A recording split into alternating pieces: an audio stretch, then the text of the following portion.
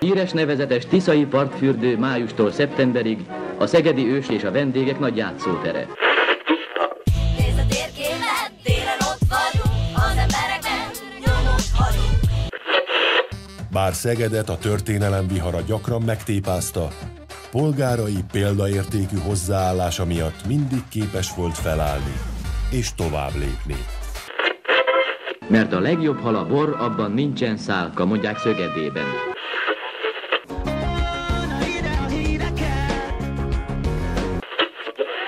Szegeden nincs már boszorkány. Hey!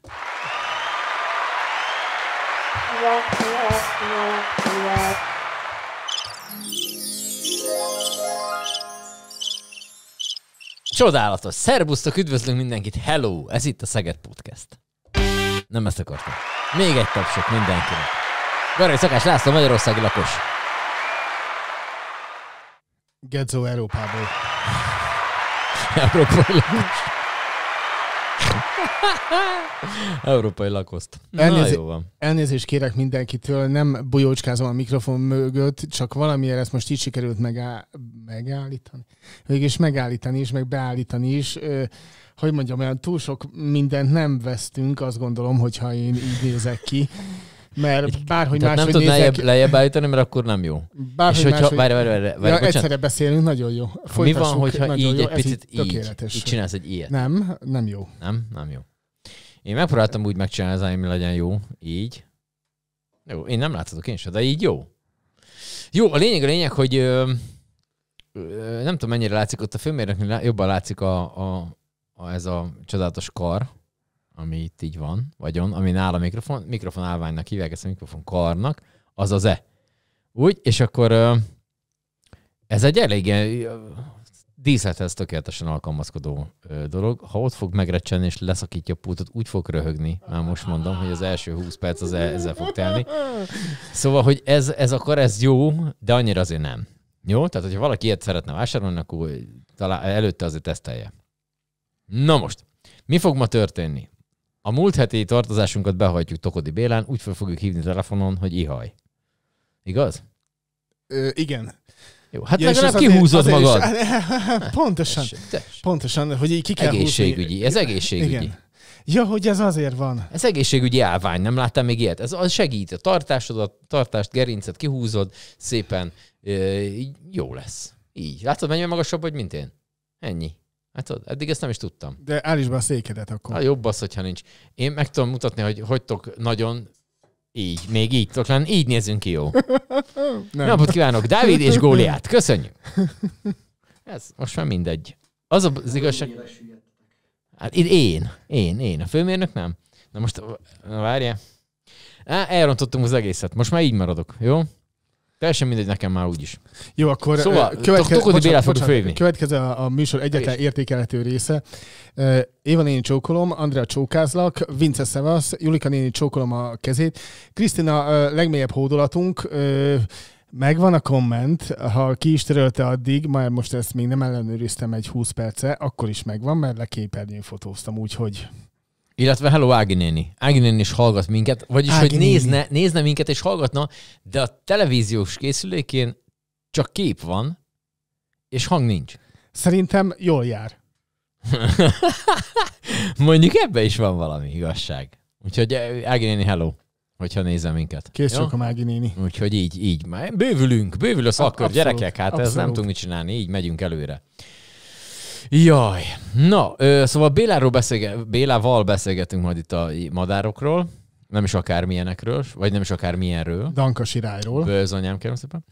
Természetesen lesz amerikai foci, izgalmak voltak a hétvégén. Lesz lemezajánló, az már régen volt nálunk. Tipsmixelünk is, ahogy kell. Természetesen még eddig egyikünk se nyert. De megint nekem most a 16-ból 3 meccs ment csak el. Tehát, hogy ez azért személyiség. Szóval, hogy már éppen majdnem nyertem volna, de nem nyertem persze. Jó, úgyhogy ezeket is majd átveszünk szépen. És hát, ha valaki ügyes, és nem azokat a meccseket teszi meg, mint amiket mi, az lehet, hogy még nyer is. Szóval, hogyha ezt ilyen visszafordítjuk ezt a dolgot, akkor még akár tudunk segíteni is pénzszerzésbe. Ez nem igaz.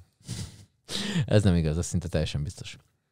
Jó, illetve van nekünk jégkoron kapusunk is lesz, és itt van egy tyúk. A heti bocsánat. Készül az ünnepekre, Irigy vagyok, az igazság. Hát följebb rakom, egy rohadt kellemetlen érzem meg. Jó. Bocsánatot kívánok mindenkinek. Na szóval a heti zseni rovatunk az úgy dúskál a csodálatosabbnál csodálatosabb teljesítményekben, hogy Frontfót lehet, nem? Igen. Ott elkapta őket a front. Na jó, hát előfordul az ilyen. Jó, hívjuk fel a Bélát, én azt mondom. Oké, akkor... Legyen egy olyan része is ennek a podcastnak, ami érdemi. Mert eddig csak hülyeséget beszéltünk, azt is össze-vissza. Sőt, leginkább egymásra.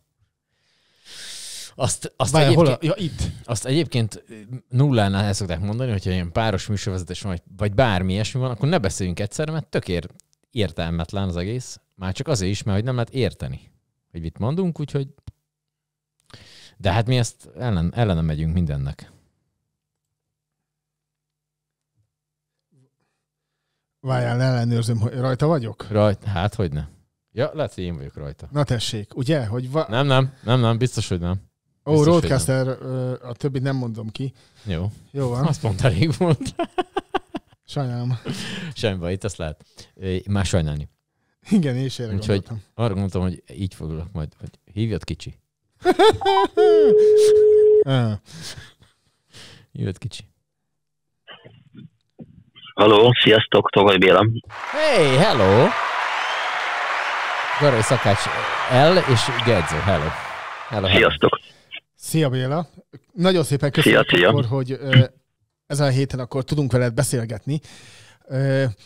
Arról a dologról, amit én így mondtam, igaz, hogy csak adás előtt, de akkor most legyen része ez is az adásnak, hogy hát ha valamiről tehetsz, akkor erről biztosan, mert ezt te magad mondtad, hogy részt vettél ebben a bizonyos programban, ami a dankasirályokkal kapcsolatos, és ugye annak kapcsán beszélgetünk most erről, hogy egész szép,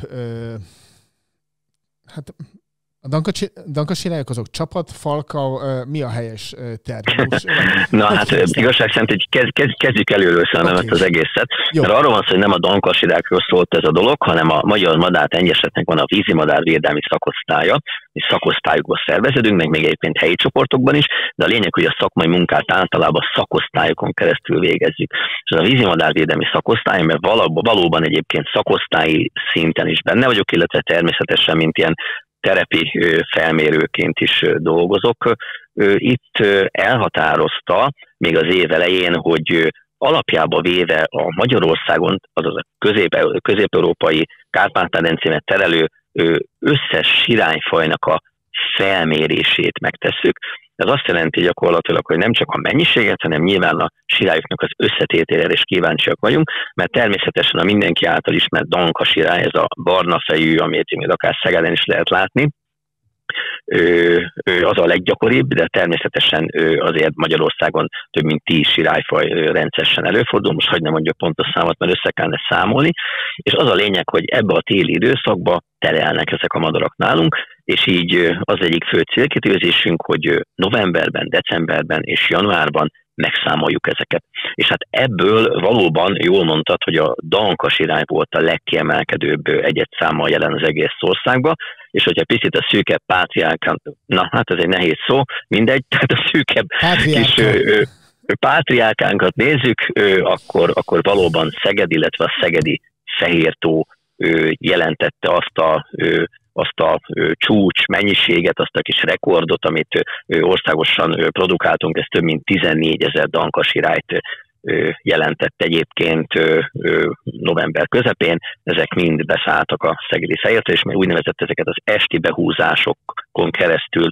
győződünk meg arról, hogy a lecsapolt tavakon éppen hány sirályfaj, illetve hány sirály éjszakázik. A sirályfaj, ez megint egy másik kérdés. Tudnék, ez egy ilyen érdekes dolog volt, hisz nem csak azt számoltuk, hogy az éjszakázó helyeken mennyi sirály jelenik meg esténként, miután a dolguk végeztével ugyebár elmennek inni és éjszakázni, hanem nagyon furfangos módon kitaláltuk azt is, hogy a nagy termetű, nagyon nehezen, egyébként viszonylag nehezen határozható sirályfajokat is megpróbáljuk megkülönböztetni egymástól. Ez nyilván ilyen esti behúzó helyen nem megy, mert messze vannak, meg sötét van, és hát mondom, nagyon nehézkes, viszont a szeméttelepeken meg közel lehet férkőzni ezekhez az állatokhoz.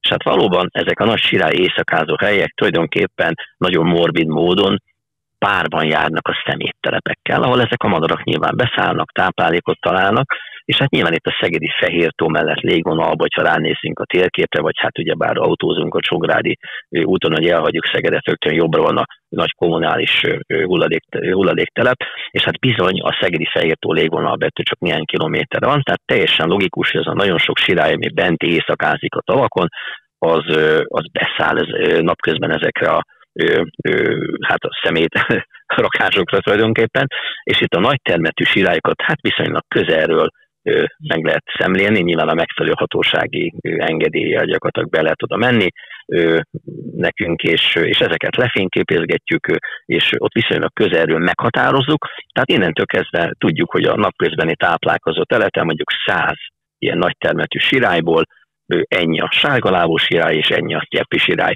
Most ez két ilyen nehezen megkülönböztethető madár, főleg a fiatalok, viszont itt közelre ezt meg tudjuk tenni, és tulajdonképpen nincs más dolog, mint este megszámolni a behúzó nagy sirályokat, és mivel már van egy mintavétel, hogy 100 madárból mennyi ez, meg mennyi az a faj, tulajdonképpen egy körülbelül meg tudjuk mondani, sőt nem is körülbelül, hanem viszonylag jó pontossággal meg tudjuk mondani egy-egy éjszakázó helyen, hogy ebbe az ország részben mondjuk lényegesen több volt a sztyeppi sirály, mint a sárgulábú sirály. Természetesen ezt elvégezték több mint 30 helyszínen az országban, tehát nagyon sok embert mozgósítottunk erre, főleg ami a szeméttelepeket illeti embert próbáló, madarászt próbáló műfajra. Tehát ezt sikerrel vettük, és az lett a végeredmény, hogy több mint 63 000 sirályt számoltunk az egész országba, és hát bizony elég jó képet kaptunk, hogy az ország különböző részein ennek a két nehezen határoztató nagy termetű sirályfajnak a faj aránya az, hogy áll. Meg természetesen találtunk mindenféle ritkasságokat is, ami egy viszonylag érdekes dolog. Na most ez sok vagy kevés sirályszámba? Tehát, hogy ez most így azért ez a 60 000 azért az ilyen soknak tűnik nekem, de lehet, hogy ez kevés. Soknak tűnik, én azt gondolom, hogy ez kevés. Hogyha visszanézünk az elmúlt egy évtizedre mondjuk, akkor ez bizony kevés, és ennek azért több oka van. Az egyik az, hogy tavaly mi tapasztaltuk a Darvaknál itt Szeged környéken is a madárinfluenzát, és hát alapjában véve a sirályokat ez már az elmúlt néhány évben alaposan megtizedelte egész Európában, tehát mi csak látjuk ezeket a híreket, olvasgatjuk a szakmai lapokba, hogy a különböző nagy sirályköltő szigeteken, az Északi-tengeren, a Balti-tengeren bizony lefeleződött az ott költő tengeri madárállomány, és hát a tengeri madaraknak bizony jó része sirály. Tehát érintette a madárinfluenza sajnos, illetve hát nyilván a megváltozott agrárgazdálkodás is hatással van a sirályokra. Elég arra gondolnunk, hogy régebben, hogyha tavaszi időszakban mondjuk ment egy traktor a szántóföldön valamiféle mezőgazdasági munkát végezve, akkor néha több ezer sirály követte, szedegette a különböző rovarokat. Ma már ez nincs így, nyilván az intenzív rovarok elleni védelem az nagyon-nagyon megcsappantotta az agrárterületeken található tápláléknak a mennyiségét. Ez nyilván az agrárgazdálkodóknak föltételezhetően jó, hisz kevesebb a kártevő, de mivel nagyon nagy mértékben sterilebbé váltak ezek a földek, ezért gyakorlatilag sirályt nem látunk olyan mennyiségben. És hát nyilván ez így, én azt gondolom, hogy impozáns számnak tűnik, de én egy picit kevésnek érzem ezt, hisz azért 10 évvel ezelőtt gyakran 20 000 fölötti dankasirályt számoltunk azért egy ilyen vizes területen, például a szegedi Fehértón is. Oké, az közt van különbség sirály közt, hogy folyami vagy tavi? Tehát, hogy ez most lehet, hogy hülye kérdésnek... Nem, egyáltalán nem. Egy nagyon jó kérdés. Vannak kifejezetten tengerpartokon költő fajok, igazából északi elterjedésű fajok, amelyek soha nem költenek a szárazföld belsejébe. Az egyik ilyen például, amit egyébként most is lehet látni, érdekes módon már itt van azóta, miatt ez a sirályszámlás megtörtént a szegedi Fehértón, egy csüllő nevezetű madár, ami egy nagyon érdekes sirálytelepeken, északi sirálytelepeken, sirályszigeteken költő, kifejezetten tengeri életmódú madár. Azonban ez a madár híres erről, hogy tulajdonképpen így a szárazföld belsejében viszonylag rendszeresen lehet látni télen. Azért ez egy ez egy relatíve nagy ritkaság, de a számlálás keretében egyébként 5 csüllőt találtak a kollégák, egyet egyébként pont mi a szegedi Fehérton, és az azóta is köszönni szépen nagyon jól van, épp tegnap láttam, hogy még mindig ott szedeget a többi sirállyal. Ez egy ilyen nem annyira feltűnő madár, dankasirály nagyságú, de nagyon jellegzetes tarkófoltja van, illetve szárny mintázata, és hát bizony ez kifejezetten tengerpartokon költ csak. Természetesen vannak olyan fajok, amelyek megtaláltak a tengerpartokon is, de a szárazföld belsejébe elhelyezkedő nagy tavakon, általában nagy kiterjedésű tavakon költenek ezek, bár ennek is most ellentmondtam saját magamnak, és majd erről érdemes talán beszélgetni, a dankasirály, ami valahogy egy nagyon elterjedt, nagyon közönséges fészkelőfajunk volt, bizony ma már egyáltalán nem az, de például a dankasirályból most Csongrád megyébe egyedül a Móralmi Nagyszék Sóstón, a Bivaj rezervátumban van fészkelőtelep, ott is egy ilyen 430 pár költött idén, és innentől kezdve sajnos nincs. Tehát a szegedi Fehértó sem költ már a dankasirály, és hát óriási problémák vannak ezzel a fajjal is. Az vidám, vagy jó hangzik. Szóval, hogy akkor előfordulhat az is simán, ha a közeljövőben, 5-10 évben, hogy egyrészt azon kívül, hogy csökken az állomány, de akkor olyan típusú, vagy olyan fajú madarok is előfordulhatnak itt nálunk, amik abszolút nem, de valószínű, hogy a klímaváltozás miatt így északabbra jönnek. Előfordulhat ez? Ilyen is lehetséges. A sirályoknál egyébként pont a sárgalábú sirályok azok, amelyek tulajdonképpen lemegyünk a horvát tengerpartra, ezek a kifejezetten nagyméretű sárgalábú, nagyon hangos madarak, a sárgalábú sirályok, azok egy ideje már költenek nálunk egyébként. Tehát nem nagy számban, de azért már költenek is, és hát nyilván néha több ezer számba fordulnak elő, például a szegedi Fehértavon, nyári időszakban, tavaszi időszakban azért jó sok látható. De a nagy probléma nem ez, hogy ezek a tengerparti sirályok picit alkalmazkodnak, és már elkezdenek költeni nálunk. Ugye a másik a sztyeppi sirály, amit mondtam, az például a Hortobágyon már viszonylag régen ilyen telepesen költ, amelynek egyébként nem is feltétlenül örülünk, mert vannak olyan természetvédelmi káros vonatkozásai, amelyek a nem inváziós, azaz a hazai költőfajoknak például a fiókáit érintik, tehát hogy konkrétan megeszik a védett fajoknak a fiókáit, ezek nagy termetű, viszonylag jó zsákmányoló, erős csőrű madarak, tehát ez egy ilyen probléma, ha probléma tud lenni, hogyha bejön egy olyan faj, ami tulajdonképpen nem őshonos a hazai faunába, és az itt lévő fajok nem tudnak alkalmazkodni hozzá. Tehát a nagy probléma nem az, hogy bejönnek ezek a fajok, hanem azok, hogy a vala széles körben elterjedt és kifejezetten gyakorinak mondható költőfajok tűnnek el. Bocsánat, ez nyilván nem csak a klímaváltozás következtében van, hanem, ahogy mondtam, megváltozik az agrárgazdálkodásunk, mondjuk a vizes élőhelyeknek a száma az csökken, az még pont a klímaváltozás következtében kevesebb költőhelyet találnak, illetve hát igazság szerint törjük a fejünket, mert néha van egy olyan költőhely, amit mondjuk használnak, egy ilyen sziget valami tóba, ami akár mesterséges sziget is lehet, akár természetes is, mint például a szegedi Fehérton a híres Koromsziget, amit a 5-ös út felüli Berec Péter kilátóból lehet látogatni. Ott valaha egy nagyon népes sirálytelep volt egészen az 50-es évektől, és bizony az elmúlt néhány évben ez már gyakorlatilag nincs, ez a múlt év nem fészkelnek ott a sirályok, hiába még az is, hogy a Kiskunsági Nemzeti Park kollégáival, meg a Magyar Madártenyészet önkéntesével ezt rendszeresen előkészítjük, nekik költésre letakarítjuk, az időközben felnövő gazt azt gyakorlatilag leszedjük a területről, tehát van tulajdonképpen egy síma, viszonylag kopárplac, ahol költhetnének, amit régebben ezt így megtettek egyébként, de ez most így nem következik be. Hát ennek az okát azért viszonylag nehéz megtalálni, de hát azért próbáljuk megtalálni. Itt költött egyébként nagyon sokáig dr. Berec Péter, a szegedi Fehértó atya felfedezője írta le a rendszeresen itt költő szerecsen sirályokat, amik szintén egyébként az elmúlt néhány évben eltűntek már, tehát Csongrádzsban nem is fészkelnek. Hozzá kell tenni, hogy a szomszédos légvonalban mindössze 30 kilométerre lévő Ludasi-tavon egyébként költenek szerecsen sirályok, de hát egyébként, hogy szomorú apropója a madárinfluenzának, hogy pont a tavalyi év során tulajdonképpen a szerecsen sirályok elpusztultak a madárinfluenza következtében, úgyhogy hiába próbáltak költeni itt a szomszédos vajdasági Ludasi-tavon. Sajnos elpusztultak a madarak, tehát a madárinfluenza is közben játszik ebbe. A madárinfluenzát egyébként ki fogják keverni ezek a madarak, úgy, mint hogy a daru állomány is keverte, és nem minden daru pusztult el. Természetesen az állomány bizonyos százalékát érintette, de az összes többi rezisztens madár az már örökítette ezt a rezisztenciát, tehát a következő évben a fiókák ez a betegségre, egy nyájimmunitás miatt igazából már nem érzékenyek, tehát nem is találtunk most egyébként beteg darut igazából az idei vonulás során. Sirályoknál is ez lett a helyzet, lehet, hogy néhány év kell, míg a sirályállomány azért így úgymond kirúgja magát, tehát hogy helyreálljon, de sajnos mondom, a környezeti tényezőknek az együttes hatása nagyon kedvez a sirályoknak, mint hogy általában a vizes élőhelyekhez kötődő madárfajok bajba vannak, és a vizes élőhelyek fogynak, a vizes élőhelyeknek a kezelése az nem minden esetben tökéletes, és ezek a madarak nagyon érzékenyek, nagyon jó indikátorok azokra a környezeti változásokra, amelyek nagyon negatív irányba mennek el.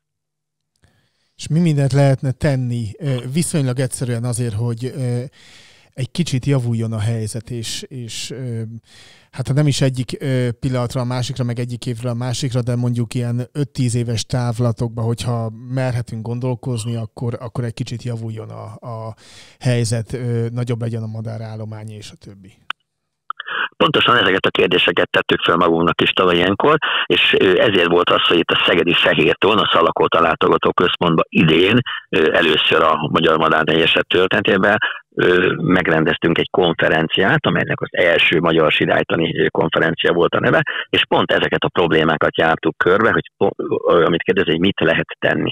Nyilván itt a vizes élőhelyeken a történő változtatás lenne a legfontosabb szempont, azaz az, hogy legyenek kellő mennyiségű, kellő vízzel ellátott vizes élőhelyek, ahol meglegyenek azok a sirályok fészkedésére alkalmas szigetek, amilyen biztonságban tudnak költeni. Egyébként ilyen van, mondom, a nagy cégsós tesztőketes példa erre, és hogyha valaki elmegy a Bölömbik Hatanösvény nagy kilátójába megáll, és mondjuk májusban így előre néz, akkor látja, hogy ezek a kis szigetek, ezek a kis szigetsorok tele vannak sirályok, tehát nekik ez kell.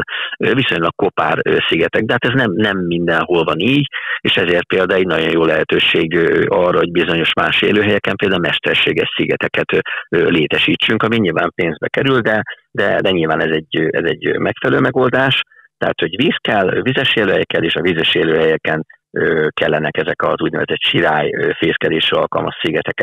Ez a három a legfontosabb. Természetesen, amit mindig el szoktunk mondani, hogy nagyon jó lenne, hogyha az agrárgazdálkodásban használt különböző rovarírtószereknek a mennyiségét mondjuk racionális szinten tartanánk, ami egyébként nekünk is szerintem lényegesen jobb, mert azért szerintem rettenetesen sok olyan vegyszerrel kezelt élelmiszert teszünk, aminek a hosszú távú hatásait lehetséges, hogy még nem látjuk előre. És hát nyilván a klímaváltozás hatásait nagyon-nagyon nehéz közvetlen úton mérsékelni, tehát azért mindent meg kell tennünk annak érdekében, hogy ezt valahogy kiegyenlítsük. Itt a legfontosabb talán itt a délalföldi Alsó-Tisza-völgybe történő víz-visszatartás útján keletkezett viszonylag nagy felületű vizes élőhelyeknek a helyreállítása, az a rehabilitációja. Ez valószínűleg nagyon-nagyon sokat jelentene. Tehát nagyon komplex a probléma, és nagyon, nagyon nehéz megoldani, hisz sok különböző szereplőnek kell együttműködnie kormányzati szinten is, egyesületeknek, nemzeti parkigazgatóságoknak, különböző szakembereknek, tehát ez egy nehéz dolog.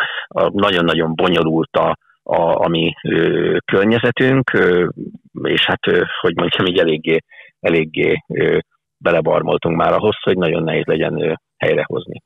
Vidám. És mondjuk egy ilyen dolog, hogy a mezőgazdaságban mondjuk ezeket a vegyszeres történeteket így, ha az ember így azt mondja, hogy nem tudom, elmegy egy ilyen mezőgazdasági minisztériumba, van olyan?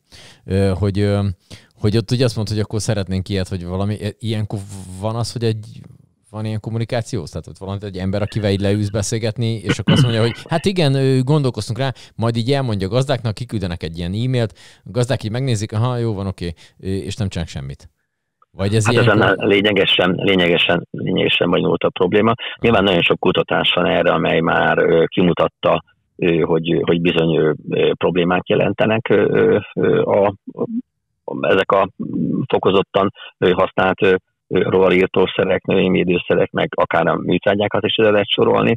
Nyilván a másik oldalon meg az van, hogyha valaki gazdálkodik, a lehető leghatékonyabban szeretne gazdálkodni, a lehető legnagyobb profitot szeretnék kihozni, és hát nyilván ott van az érv, hogy nagy mennyiségű élelmiszer van szükség ahhoz, hogy a viszonylag fokozódó igényeket ugye ki tudják elégíteni, és hát nyilván egy gazdálkodó meg profitot szeretne termelni, tehát ez a profit, illetve úgy mondjam, a természet és környezetvédelem az nem mindig jár két a kézbe, sőt, néha ilyen ellenérdekek vannak, és ezért ez egy óriási társadalmi probléma.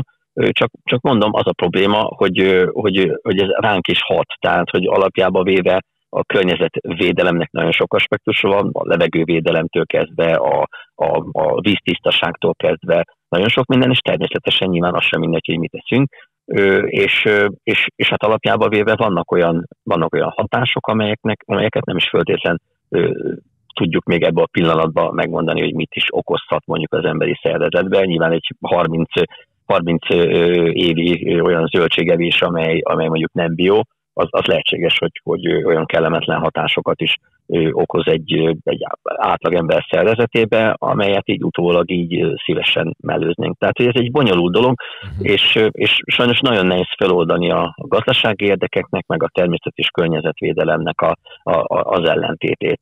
Csak most az a probléma, hogy nagyon sok tudós szerint már egy óriási ökológiai válsághelyzetben vagyunk, amit tulajdonképpen egy olyan katasztrófa helyzet fog követni, ami viszont olyan hatásokkal jár, amit viszont nem szeretnénk. Tehát, hogy gondolom senki nem szeretne a palackos ivóvízért harcolni mondjuk az utcán. Most nem ezt mondom, hogy ezek a Walking Dead-es pillanatok azok ilyen nagyon hamar eljönnek az emberiség életébe, de nyilván a népességrobbanás és a különböző energiák, illetve tehát fogytán vannak különböző ásványi kincsek, energiaválság is van, természetesen különböző olyan társadalmi válságok vannak, amelyek erősítik mindezt, tehát hogy ez akár vezethet egy ilyen nagyon rossz irányba, ami nem egy olyan jó jövőkép. Tehát, hogy lehet, hogy izgalmas nézni egy ilyen mozit most, mikor utána fölpattintunk egy sört, amit kiveszünk a hűtőszekrényből, de elképzelhető, hogy mondjuk 30-40 év múlva az ivóvízhez való hozzáférésünk az nem lesz olyan egyszerű, mint most. Jó, hát ez csodaszép. Csodaszépen hangzik.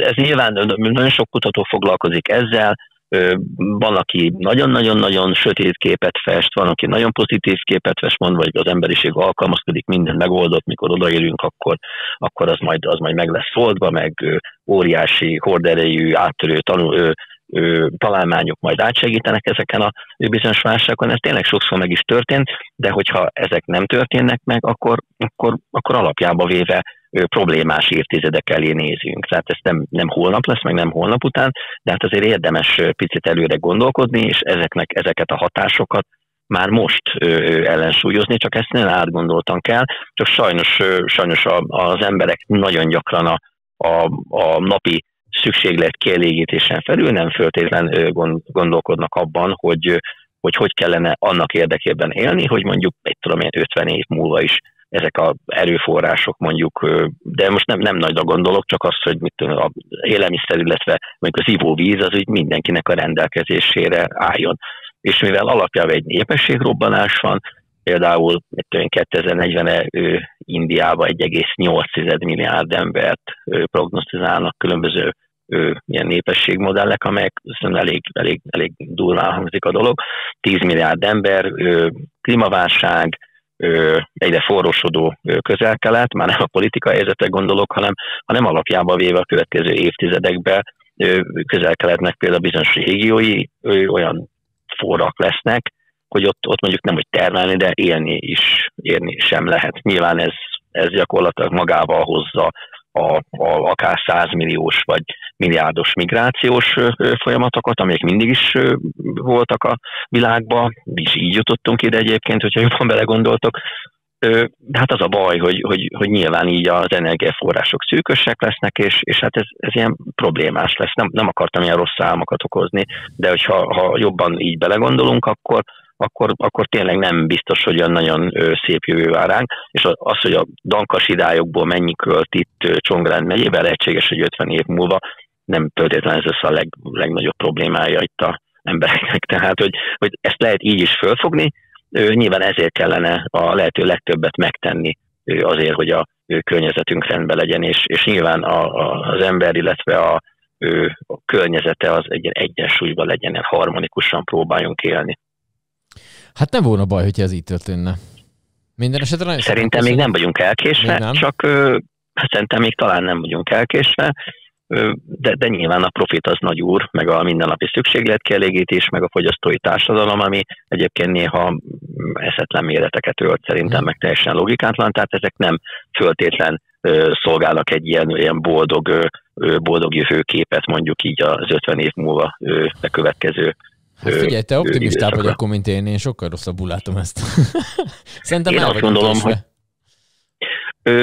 azt gondolom, hogy ha józanul gondolkodunk, és át tudnánk ezeken a kicsinyes dolgokon lépni, és tényleg így összefogva azon dolgoznánk, hogy az emberiségnek élhető bolygója legyen 50 év múlva, és akkor ezt azért meg lehetne csinálni, mert van annyi energiaforrásunk és humán erőforrásunk, hogy ezt el lehessen érni. Csak én azt látom, hogy sokkal kisebb dolgokba is képesek vagyunk marakodni nagyon sokat, és nem föltétlenül jutunk el oda. Tehát, hogyha én azt mondom, hogy van esély, de azt, hogy ténylegesen ezt meg tudjuk csinálni most pillanatnyilag, én arra nem sok esélyt látok, de azért hozzá kell tenni, hogy a Föld köszöni jól van, hogyha az emberiség nagy része kipusztul, igazából nagyon gyorsan helyreáll, és talán egyébként ez egy nagyon jó megoldás lenne, hogy ha utána az emberiség maradék része ebből tanulva gyakorlatilag úgy építkezne, hogy a következő szakaszunk az picit jobb legyen. De ez nem biztos, hogy bekövetkezik. Én még mindig optimista vagyok. Hát jó, legyen így. Tokodi Béla, nagyon szépen köszönjük, hogy itt voltál. Köszönjük, hogy itt voltál, és mindenről beszélgettünk megint, nem csak a madarakról, és az nagyon tök jó, ezt nagyon imádjuk ám. Így van. Jó, hát elnézést a rossz számokért, de majd legközelebb. Ne kérj elnézést, mindig ilyen, így csináljuk, úgyhogy sose fog vissza magad, mert ezek tényleg tök jók. Ja. Már nem az, amikről szó volt, hanem hogy így elkalandozunk mindenfelé. Kalandozzunk, jó, de sirályok meg, köszönjük szépen, jól vannak, és egyébként ami nagyon fontos, hogy december közepén újra megszámoljuk őket. Na, helyes. Oké, akkor még erről beszélünk. Okay. Köszönjük szépen, hogy itt Jó, köszönjük, sziasztok. Hello. Igen, ott elhangzott egy ott a végén ezzel az optimizmussal, hogy a józan gondolkodás, hogyha lenne. Na, szerintem nálunk ott bukott meg a józan gondolkodásnál már néha azért már úgy rezeg a léc, hogy a józan gondolkodásról szóval lett.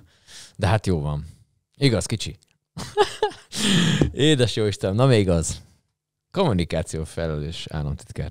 Na jó, ezt nem is menjünk bele, mert ebben csak belehergelem magam ebbe az osztály micsodába. A lényeg, hogy mossunk fogat, az a biztos. Az biztos. Én napi 2 szoktam, 3, mikor, hogy, de inkább 2.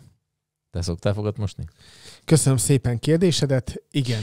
De röhögünk, ez egyébként 100 év ezelőtt az nem voltál ilyen nagyon hogy itt naponta mosott az ember fogat, tehát hogy ez heti egyszer odaért. Szevasztok.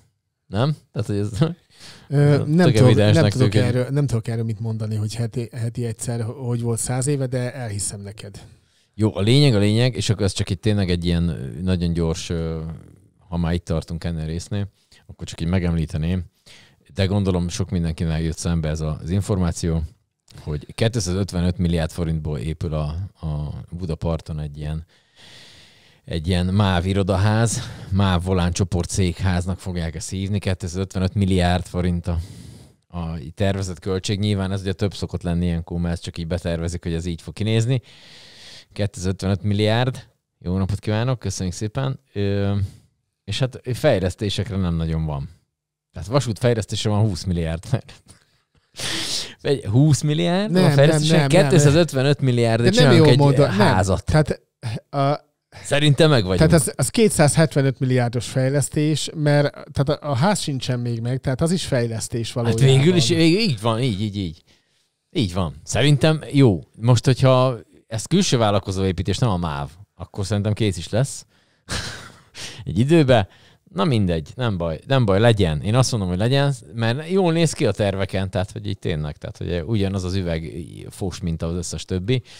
Tehát így nem tudom, hogy így régebben biztos volt mindenki, ezt gyorsan lezárom ezt a témát, nem akarok benne mélyen belemenni, hogy így az ember így elmegy ilyen skanzenekbe, meg így elmegy, megnéz, hogy régebben hogy építkeztek. Most minden épület ugyanúgy néz ki. Egy nagyon picit másabb a formája, vagy magasabb, vagy az anyagok, de hogy nagyjából mindegyik üvegből van csinálva, mert abból van úgy tűnik sok, és akkor ez is ilyen szép üveges lesz, és így jól fog kinézni. És majd nem tudom, hogy egyébként egy 50-100 év múlva nézegeti valaki majd az épületeket, hogy milyen szép volt ez. Ez mikor épült? Ez akkor, mint az összes többi, mert üvegből van. Szép lett. Na minden, nem baj, 254 milliárd. Biztos, hogy ha elkészül, akkor elmegyek és megnézem, milyen szép lett. Mert azért szerintem annyit ér, nem? Hát már csak elmegy az ember, meg egy 255 milliárdos épület. Bassza kutyát, az csak már elmegy. Csodát, gyönyörű az egész. Akarom. Jó, hát így. És akkor ezt így a józan gondolkodást én azt hiszem, hogy akkor be is fejeztük itt mára. Jó. Mehetünk rá a kapusunkra? Kezdjük azzal? Vagy hogy? Hát Krisztinával kezdjük már. Ja. Az hon van? Hát ott van. Tudom, ide raktad, csak várjam, annyi mindent raktunk ide, hogy... Kicsit visszább menjél. Na, akkor tessék, hogy itt van. Kicsit visszább menjek, hogy lenne ott? Igen, de ezt olvassuk be. Most nem, hát nem kell beolvasni, hát itt van. Jó. Tehát Krisztina, nagyon szépen köszönjük a kommentet. Le van képernyőn mentve, úgyhogy innentől kezdve biztos vagyok benne, hogy soha az életben nem fog hozzánk szólni, már kommentben.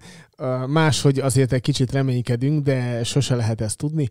A lényeg, hogy nagyon köszönjük, hogy ennyi időt így ránk fordít. Tehát köszi a rám szánt műsoridőt, az tehát maga sokkal többet szánt ránk, mint amennyit mi magára, pedig hát na mindegy. Szóval a lényeg az, hogy nagyon köszönjük a hozzászólást, nagyon jól esett, a kis emotikonok is teljesen jók, a táncos lányok kellő hibátlan, és én tegeződök, csak szólok mindenkivel. Jó? Úgyhogy Krisztina, köszi. Te meg vagy magázódj nyugodtan, borzalmasan hangzik is, nekem bántja a fülemet, amikor... Ne haragudj rám, és ne haragudjon rám, Krisztina, hát most nem tudom. Jó, illetve mondta, hogy itt a végén ugye írja, hogy amerikai focis élményekről annyira, hogy muszáj lesz egy meccset megnézni. Egyre többen vannak így egyébként, hála égnek, tehát így kezdem beótani az embereket ezzel kapcsolatban, úgyhogy azon gondolkodtam, hogy egy ilyen nagyon rövidke, több részes szabályismertetőt, csak hogy így élvezhető legyen egy mérkőzés, mert azok közül is, akikkel Brnóba már ottan trógerkedtünk, és megnézettem velük a meccset, ott már volt a társaságból egy ember, aki mondta, hogy már most így elkezdte nézegetni, és most így teljesen így most már jobban képbe van, mint a nulla, és akkor így már élvezhető is a dolog. Úgyhogy tényleg ezen elgondolkodtam, hogy nehogy véletlen csináljuk már, hogy nem mi, mert az nagyon jól néz neki egy olyan videósorozatot, ahol mi mutatnánk be, hogy hogyan... Elképzelem, hogy te be vagy öltözve ilyen szedbe, meg én is. Egy neutral zone infraction-t azt bevállalok bármikor. Ahogy így nem tudunk megmozdulni se ebbe az éve. Itt csehszlovákoskodunk. Úgyhogy ja, minden esetre tervezem, úgyhogy örülök neki, hogyha ez így valakinek, bárkinek is meghozta a kedvét ahhoz, hogy egy ilyen amerikai focit nézzem, mert ez szerintem vicces, meg jó. De majd mindjárt kiderül, hogy miért vicces, mert hogy hoztunk a hétre jó, is. Jó, akkor ha már így erről volt szó, akkor kezdjük velük, és a jégkorong meg akár kicsit később, hogy akkor igen. Jó. Akkor kezdjük a chicagóiakkal, szerintem ott volt. Igen, a Chicagót hoztuk, akkor menjünk sorba. Chicagóiaknál történt az meg az eset, hogy mindjárt vége a mérkőzés, tessék itt nézni, mindjárt vége a mérkőzésnek, már most kicsi van, mindjárt ezt meg is oldhatnák ezt a dolgot, amit kéne, de hogy így nem kérnek. Ugye az a lényeg, hogy mindjárt lejár az óra. Igen, és ilyenkor lehet még időt kérni, amennyiben van az embernek, illetve a csapatnak időkérése, és a Chicagónak még volt, ami pont arra lett volna elég, hogy egyetlen egy épkézláb, illetve nem, igazából 2 épkézláb támadást vezessenek, hiszen megállítják az órát viszonylag hamar, akkor van egy esélyük arra, hogy egy támadásból megoldják, de hogyha még nem sikerül abból az egy támadásból is, ami nyilván elsőre az lett volna, hogy az irányító az bepasszolja valahogy a célterületre, és akkor ott reménykednek, hogy sikerül elkapni, de ha ez nem jön össze, akkor is lett volna még egy esélyük pontosan ugyanerre, hiszen valószínűleg úgy dobta volna, hogy vagy elkapja az egyik elkapója, vagy pedig túldobja az egész célterületen a labdát, és akkor viszonylag hamar, néhány másodperc elteltével újra próbálkozhattak volna. Ehelyett gyakorlatilag egy ilyen hatalmas nagy fütyörészés volt, és hát akkor vége. Akkor mi legyen? Hogy várjál, most az... Ja, vége lett. Oh! Na mindegy, most már akkor jó van, akkor. Hát akkor jó. Akkor, na. És néztek egymásra, hogy akkor most várjál már, de hogy kell... De addigra már mindegy. Addigra már mindegy. Hagyjuk. És így nem tudod elképzelni, hogy mi. 6 másodperc volt vissza. Itt várjál, miközben nézem ezt a mutatványt. Nem, ez még egy korábbi meccs. Tehát akkor már régesége időt kellett volna kérni. Igen, ott már régen időt kellett volna kérni, és így ez valahogy nem sikerült. Köszönjük. Ahogy ezt mondták annak idején a szombába, köszönjük neked, Jutszó. Úgyhogy körülbelül ennyibe. És egyébként meg is köszönték, nem Jutszónak, hanem az edzőnek. Azóta... Ő már nem ott van abba a pozícióban. Azóta gyakorolhatja az időkéréseket adott esetben. Már most mindenhova így megy, hogy time, itt idő van. Na mindegy, úgyhogy Chicago-éknál ezt sikerült kihozni.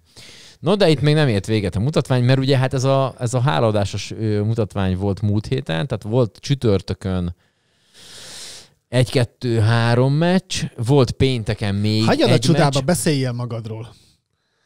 Már csapatodról. Meg nem, még előtte azért akartam elmondani, a Raiders Kansas, már egy időrendben akartam haladni. Jó, parancsolj, akkor... Okay. Ott odaérkezünk várj közben ezt még itt. Kansas City Chiefs Oakland Raiders mérkőzésről. Így van, ami inkább Las Vegas Raiders már most, mint Oakland. De persze, igen. Nálad már mindegy. És akkor megérkezünk a végére, ugyanez van. 19-17. Támad a Raiders, az olyan 35-ös környékén szötyörögnek, és hát már most csak annyi van, hogy ott valószínű még ezt az utolsó játékot így lejátszák. Nézed úgy, lejátszák ezt az utolsó játékot jól, és akkor onnan rúgnak egy field goalt, ami hát azért maradjunk annyiba, hogy időjárás függő, de itt jó idő volt, nem is volt szél. Tehát ezt azért egy rúgó játékos ezt meg tudja oldani. És akkor már semmi nagyon más nem volt hátra, még ezt lejátszák, hát a picit tudnak közelebb menni, ebből még így tudnak faragni, de már úgy volt vele a Kansas is, hogy hát gyerekek, kikaptunk, mert ezt berúgják, akkor 20-19-re ők nyernek. Na most a történt az, hogy a jóképű férfi, itt látjuk, a center, aki újonc, ő hátradta a labdát az irányítónak, aki éppen azt nézte, hogy a dankas irányok hogy állnak itt Szeged és környékén. Rosszul mérte fel a terepet, el is találta ő akkor vette észre, hogy kapott egy paszt. Hogy megint ott érkezett a snap, de nem nagyon foglalkozott. Ezzel lepattant róla, próbálták összeszedni, idő lejárt, vége. Köszönjük mindenkinek. És látszott az ellen, tehát a Kansason is látszott, a Mahomeson is, meg a Kelsey is mindenki, hogy úristen, egyrészt borzalmasan játszottunk, mondták ezt ők maguknak. De látszott az arcukon is. Senki nem örült ennek. Tehát, hogy így szépen fogtak, mindenki lebattyogott az öltözőbe, és vége lett a meccsnek. Tehát, hogy általában az egyik csapat szokottak egy minimálisan az örülni annak, hogy nyer, vagy valami. Itt még ez se volt. Hogyan tegyük tönkre magunkat? Ez az volt. Igen, csodálatos. Hogy? Hát mi történt? Mindenki fogta a fejét a végén. Lásszak ezt jó oldalom. Ráadásul ugye csereirányító van, mert ugye a Mensó ott az ilyen Boré. Szóval, hogy hát így. Tessék megnézni, gyönyörű az egész. Jó, akkor menjünk az én csodálatos csapatra. Mr. Allen, igen, hogy valami szép is legyen a heti zseniben. Hát Josh Allen. Megmutatjuk itt is az elejét, itt a kép, hogy kezdődött a mérkőzés. Hát azt tudni kell, hogy ordinári havazás volt Buffalo-ba. Előtte már ugye az, amit szerintem a tavalyi szezonban is volt egy ilyen mérkőzés, ugye $20 fizetnek óránként, plusz kaja, pia, és akkor lehet menni havat lapátolni a Highmark Stadiumba, és akkor így kezdett, és itt van a kép, ez volt az eleje mérkőzésnek, itt effektíve le volt takarítva a pálya, na most szakadó esésbe ez lett a vége, szép csíkos valami fehérre bevonva, ahogy kell. És hát ugye San Francisco-ba... Azt itt lassunk már le egy kicsit. Te azt érted, hogy miért így megy közben a pályamunkásság? Hogy érted, hogy... Úgy, hogy arra gondolok, hogy gyakorlatilag a meccs közben igazából már csak a vonalakat meg a izéket. És hogy mondjam, tehát szerintem azért 2-nél több ilyen kis hóek és traktor azért csak lenne ezekben a stadionokban. Ezek már jellemzően inkább műfüves pályák még a izék is, mint eredeti. Tehát, hogy így rá lehetne ezeket Eliszteni, a dolgokat így küldeni, és akkor tehát a szünet az így van annyira hosszú, meg akárhányszor képesek reklámozni, hogy azt így érdemben megcsinálni, de valahogy erre nem szoktak így rá. Csak igen, ez egyébként fura. Nekem az nem csak meg, hogy még csak, hogy nem is gépen, hanem nem ez ugye 100, igen, tehát ez 100 yard, de még ha 30 embert az egyik oldalon fölsorakoztatunk, meg 30-at a másik oldalon, az 60, gondolom, annyi ember csak az van. azért nem jó, mert akkor középen találkoznak, és akkor ott lesz a nagy hókupac. Nem egymásra szemben, hanem így, tehát így lyukakat azt hittem, mondtam egy viccet. Az egyik... Nem jó volt ez. Szóval, hogy de tényleg középen lenne egy hosszú csík. Az se rossz egyébként. Snoop Dogg szeretné. Meg van egy-kettőn előadó, amelyik így szeretné ezt. Mindegy is. A lényeg, hogy azt így meg tudnák oldani. Nem tudom, hogy mi lehet ott a hiba valószínű oka. Az, hogy ennyire biztos, szakad hogy ez a hó. valami hagyomány, meg nem is tudom milyen hülyességek, de na mindegy. Simán lusták, nem tudom. Na mindegy, szóval, hogy elkezdték, hóesés volt. És hát San Francisco volt az ellenfél. San Franciscoban nagyon ritkán van hó. Azért maradjunk annyiba. Tehát nem sűrűn kapunk olyan képet, hogy ott az Alcatrazban nagyon nagy a hó. Voltak már ilyenek, azért láttunk már ilyet, de hát azért nincsenek ők hozzászokva a hideghez. És hát ez látszott is, iszonyat mennyiségű sérültjük volt, este keltek szerencsétlenek a hóba, fogalmuk nem volt mi merre van. És hát Josh Allen, a Buffalo irányítója csinált egy olyat, amit még nem csinált senki a liga történetében eddig, ugyanis passzolt ő ugye az irányítója a csapatnak. Passzolt 2 touchdownt, ami tök normális, egy irányító szokott ilyet csinálni, tehát ezen nincs is gond. Futott egy touchdownt, és még az is szokott, ő meg azt végképp, de hogy, vagy még inkább, de hogy ez is egy ilyen bevált, az ritkábban van, de szoktak azért az irányítók megfutják azt, amit hogyha kell. Még ezzel sincs nagy mutatvány. Na és akkor itt jött a képbe a következő történet. Ezt is megnézem, várjál. Amari Coopernek passzolt a mi irányítónk, eléggé, hát nem mondom, hogy a legtökéletesebb passzolt, viszont Amari Cooper elkapónak a nevében benne van, hogy elkapó, ezért ügyesen összeszedte ezt a csodálatos labdát, de addigra odaértek a San Francisco védői. Most az Amari az elkapó, vagy a Cooper? Melyik jelenti az elkapót? Nem, Amari, mondtad, elkapó, hogy... Cooper. Úgy mondtad, van, az a teljes neve.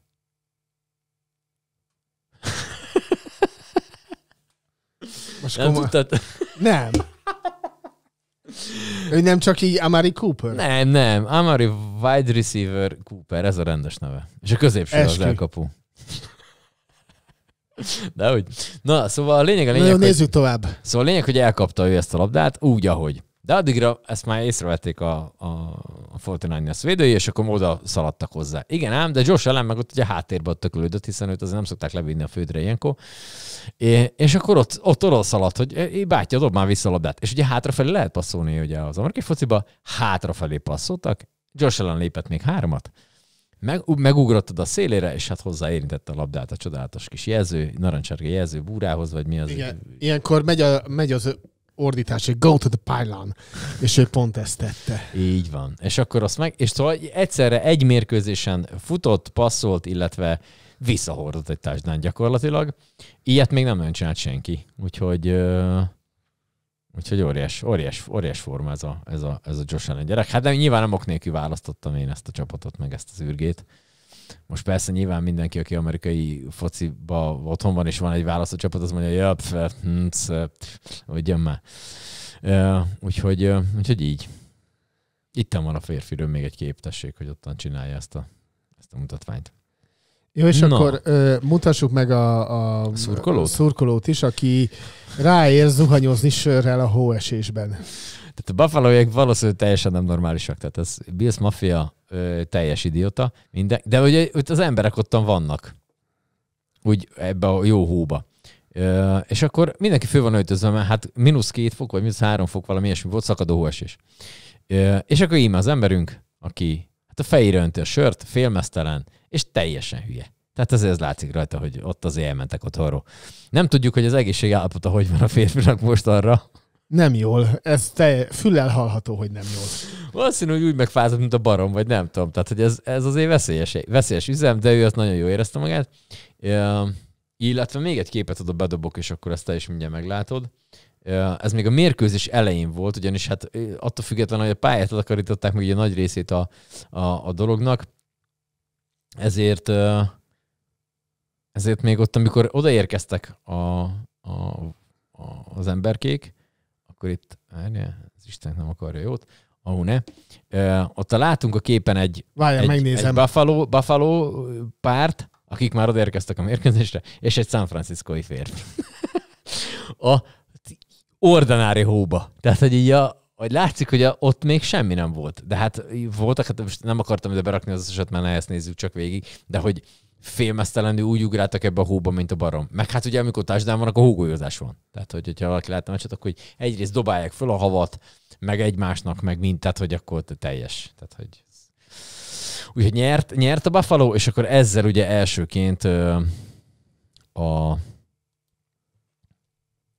1-2-3-4-8 divízió közül megnyerte a saját divízióját, már most így azt hiszem 5. évben zsinórba egymás után, mert hogy már nincs annyi mérkőzés, hogyha az összesen kikapunk, igen, akkor is mi vagyunk az elsők a csoportba, úgyhogy ez mondjuk sokat segített, hogy a Miami itt megverte a Green Bay. Igen. Ha már itt tartunk, köszönjük. Köszönjük szépen Green Bay-nek, hogy akkor ez így megvalósult. Ez a történet. És akkor még van nekünk egy amerikai focis történetünk, ez pedig a Jaguars-es... Igen, az annyira nem szép dolog, nem szép, de hogy van ilyen is az amerikai fociba. Hát ott Lawrence megkapja a labdát, futik vele egy kicsit, amennyire bír, és aztán eldobja ő a labdát, vagy lemegy igazából ott a first down-ért, és közben egy nagyon minimálisan, de később ér oda a védő. És akkor átcsattan a feje az emberünknek, hogy ott is marad, ebből aztán lett egy ordinári nagy tömegverekedés a két csapat közt, amit hát valamennyire azért meg lehet érteni. Ez nagyon kicsi híja van, hogy az ember ezt hogy találja el, hiszen azért mégiscsak ez egyszerű fizika. Hogyha az ember 120 kiló, és baromira fölgyorsul, akkor nem tudsz úgy megállni, hogy ott azt ne. Nyilván lehetett ezt volna mondjuk föléugrani, aláugrani, csak a lábát elkapni valahogy. Ez nagyon szerencsétlen eset. Nem tudom egyébként, hogy Lawrence mi van azóta, reméljük, hogy jó van. De az biztos, hogy a Jaguars is benne van abban a 4 vagy 5 csapatban, akik már biztos, hogy nem kerülnek be a rájátszásba.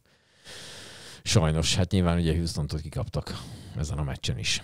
Na, és akkor érkezzen a férfi, aki, ha már ilyen telekről meg fagyokról beszélgetünk, akkor egy jégkorongpályára csavarodjunk oda. De várjál, előtte még Ezekiel Elliottról, a Dallas futójáról is emlékezzünk meg, aki, hát mutatjuk ezt a függvényt, ábrát. Az látszik rajta,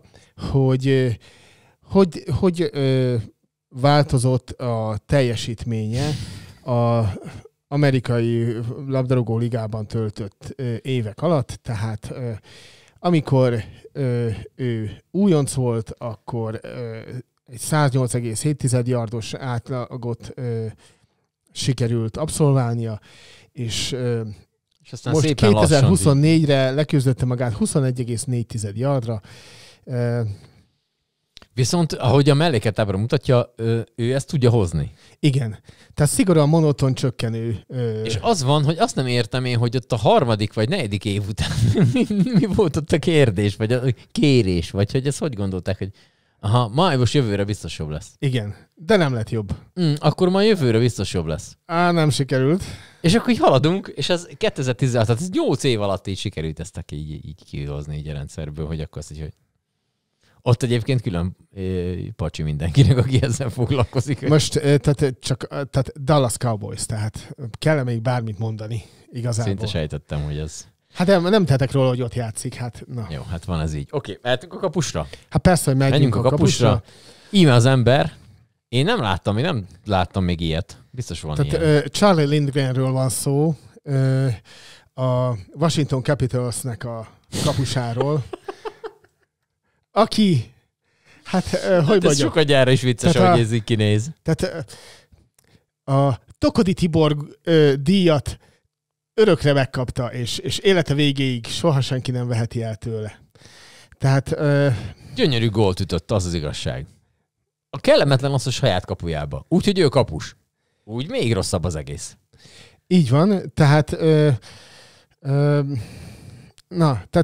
nézzük meg még egyszer, és akkor kaszagjuk ki magunkat, és aztán mondom a további érdekes tudnivalókat. Igen, tehát van ilyen, hogy föl kell szabadítani egy kapusnak, és ilyenkor jellemzően azt szokták csinálni, ő is ezt akarta valójában csinálni, hogy körbeüti a palánkon a labdát, hülyeséget beszél. Korongot a másik oldalra? Körbeüti a korongot, és akkor gyakorlatilag valószínűleg ki is megy a harmadból, vagyis a Tampának is, Tampa játékosainak is ki kell menni a harmadból, különben lesen lennének. Szóval ez egy teljesen, hogy mondjam, bevett szokás és gyakorlat, hogy ha őrült nagy majré van, akkor jellemzően így és ezt teszik a kapusok. Úgyhogy nincs ezzel semmi baj. Egyetlen dologgal nem számolt, és egyetlen dologra nem figyelt, hogy gyakorlatilag hát a kapuja az ott van, és hát ez sikerült így. De jó lett. Szerintem szép gól volt. Úgyhogy ez neki így sikerült, és akkor ami a lényeg, hogy mivel a jégkorongban nincsen öngól, ezért ezt a gólt, ezt valójában a Tampának a Point nevű védője ütötte, aki, hogyha így megnézzük még egyszer ennek a rövid összefoglalónak az elejét, valahol a saját harmadában találkozott a koronggal, onnan került ugye előre, mert onnan ütötték ki, de ő volt az utolsó támadó játékos, aki hozzáért a koronghoz, ezért ő szerezte a gólt, és hogy akkor így tényleg így mindenféle csavar legyen benne. Ennek a csodálatos Lindgreni teljesítménynek ellenére a Washington 5-4-re megnyerte a mérkőzést a Tampa ellen, tehát sikerült 2 gólt ütniük még a srácoknak, úgyhogy végül is Lindgren megúszta ezt a nagy baj nem volt a végére. Sztorit. És akkor mutatnánk még egy pingvint itt a végére, aki hát körülbelül így érezte magát az hogy emberünk. azt a pingvint, nagyon jó. Ez a pingvin, így, ahogy így, neki ez járt a fejébe. Nagyon jó, oké. Már ott vagyok. Jó lesz. A kapu mögött át fogom hátra ezt így rögni, mert a másik oldalon ugye ott a palánknál a korongot ott már várni fogja. Kész, vége. És öngól lett. Tehát, hogy körülbelül ez így tudnánk így jellemezni ezt. Ott a pingvines példán keresztül tessék nyugodtan megnézni. Ezen is tudtam röhögni egészen sokáig. Meg is tudom érteni. Jó, gyors lemezajánló. Hát meg Mozizgatunk podcast ajánló. Az is, atya Isten, már rengeteg minden. Íme a kezemben tartom a Lóci játszikéknak a 10 éves jubileumi kiadványát. Ez egy ilyen best of Lóci játszik. Bakelit rajta vannak ilyen számok, meg a férfiak, és ott a hátán próbálom úgy tölteni, hogy a lámpa ne menjen bele. Csak azért hoztam be, mert hogy a Tomi barátomnak a Mikulása hozta nekem. Köszönöm szépen, nagyon kedves. Mert egyébként is szeretem a lóciékat.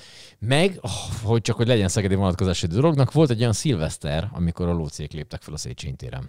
Ha esetleg ezt így valaki, nem tudom, mert ugye 10 éves lett a zenekar, ez körülbelül szerintem egy 5 éve ezelőtt volt, de lehet, hogy 7. Nem tudom már, aki ott volt, az nyugodtan. Ez ilyen bakelit lemez. Viniles történet. És akkor nagyon gyorsan még, mert a Tips Mixre elmennénk, mozizgatunk sztori. Megnéztünk egy filmet a moziba, ez a Pedro Almodóvárnak az első angol nyelvű filmje. Erről majd beszélgetünk, erről is van szó a Sanyival, ezt megnéztük, illetve az ír Oscar jelölést is megnéztük, ez pedig egy félig dokumentumfilm jellegű történet, mert hogy ez egy igaz történet, egy ír hip-hop bandáról szól, akik írül rappelnek, és volt egy ilyen törvényjavaslat, hogy magát az ír nyelvet Észak-Írországba ott azt eltörlik, ne legyen hivatalos, stb. És akkor ezzel kapcsolatban is van ez a sztori, úgyhogy ezekről fogunk beszélgetni, és akkor ezt most, mert ugye ez akkor megy már le, amikor mi azt rögzítettük, és azt mondta Sanyi, hogy promózhatom nyugodtan. A Reisz Gáborral fogunk csinálni egy interjút. Lesz egy mozizgatunk extra adás. Egy Reisz Gábor rendezővel. Egy ilyen egészen exkluzív lesz a történet, már csak abból a szempontból is, hogy a Gábor adott nekünk egy filmet, amit megnéztünk a Sanyival, és arról fogunk beszélni így 3-asba. Ez egy román dokumentumfilm, kifejezetten jó volt. Meg nyilván Gáborról is beszélgetünk, a legutóbbi filmje ugye a Hú, de gyorsan akartam mondani. Magyarázat mindenre. Jó, úgyhogy vele lesz majd egy ilyen exkluzív történet így majd így az ünnepek környékén, 2 ünnep közt vagy valamikor, úgyhogy azt is tessék majd figyelni. És akkor gyorsan tips mixülhetünk? Hát persze. Na, tips mixüljünk. Na, Mondom, hogy mik van. Azt mondja, hogy Detroit, Green Bay. Hát nyerünk. Hát nem tudom, nehéz lesz. Minden esetre én Detroitot raktam meg, azt még lehet, hogy így sem lesz jó. Azt mondja, hogy New York Giants, New Orleans. Minek? New Orleans. Igen. Tennessee, Jacksonville. Nincsen haj. Hát, nem tudom, hogy van-e. Oké, Tennessee szerintem. Miami Jets. Csoportmeccs. Mindegy, Miami. Igen. Tampa Bay, Las Vegas. Mr. Mayfield, Tampa. Úgy van. Philadelphia, Carolina. Ez majdnem szinte egyértelmű. Hát, jó, igen. Philadelphia, oké. Minnesota, Atlanta. Júj, hát oda is be akartam még rakni ezt. Dehogy Falcons, túrót. Mi a Cousins, amelyik most 5 interception dobott? Vagy 4, vagy mennyit? Az a Cousins? Ugyan már? Az a Cousins... Az semmit nem fog csinálni. Az ott, hogy ücsörögni a padon, azt hiszem fikázni fogja. Integet, tehát Minnesotából ment oda. Na minden, haladjunk. Azért, Minnesota fog nyerni. Jó, Pittsburgh, Cleveland. Pittsburghet mondok én is. Arizona, Seattle. Ez egy érdekesebb. Én is azt mondom, hogy Arizona. Így van. Frisco, Chicago. Teljesen mindegy. San Francisco. Nem, szerintem nyer a Chicago. És ott fölmérgelték magukat, meg Frisco-ban rengeteg a sérült. Rams, Buffalo. Megyünk Los Angelesbe. Nyertek. Köszönöm szépen. Kansas Chargers meccs. Taylor Swift koncert. Nem. Kansas. Szerintem Chargers borzalmas van most a Kansas. És akkor van egy Dallas Cincinnati, hát ami egyértelműen Cincinnati. Bengals. De vannak olyan, tehát, hogy amit biztosra tudok venni, hogy amikor a Green Bay van, akkor nyilván hogy a Green Bay, és a Dallas teljesen mindegy, kivel játszik, nem ő nyer. Tehát nem a Dallas nyer. De ezek fixek. Figyelj csak, de jellemzően igazam van mind a kettőben. Hát jellemzően. Köszönjük szépen a figyelmet mindenkinek. Vigyázzon mindenki magára, ilyen tudatosan próbálj meg kihúzni addig, ameddig itt világ. Igen, és vigyázzunk a dankasirályokra is. Így is van. Szavaztok, hello, pusztulás. Éva néni csókolom, Andrea csókázlak, Vince szevasz, Julika néni csókolom a kezét, Krisztina elnézést kérünk, és Ági néninek is csókoljuk a kezét. Hosszú és eredményes életet.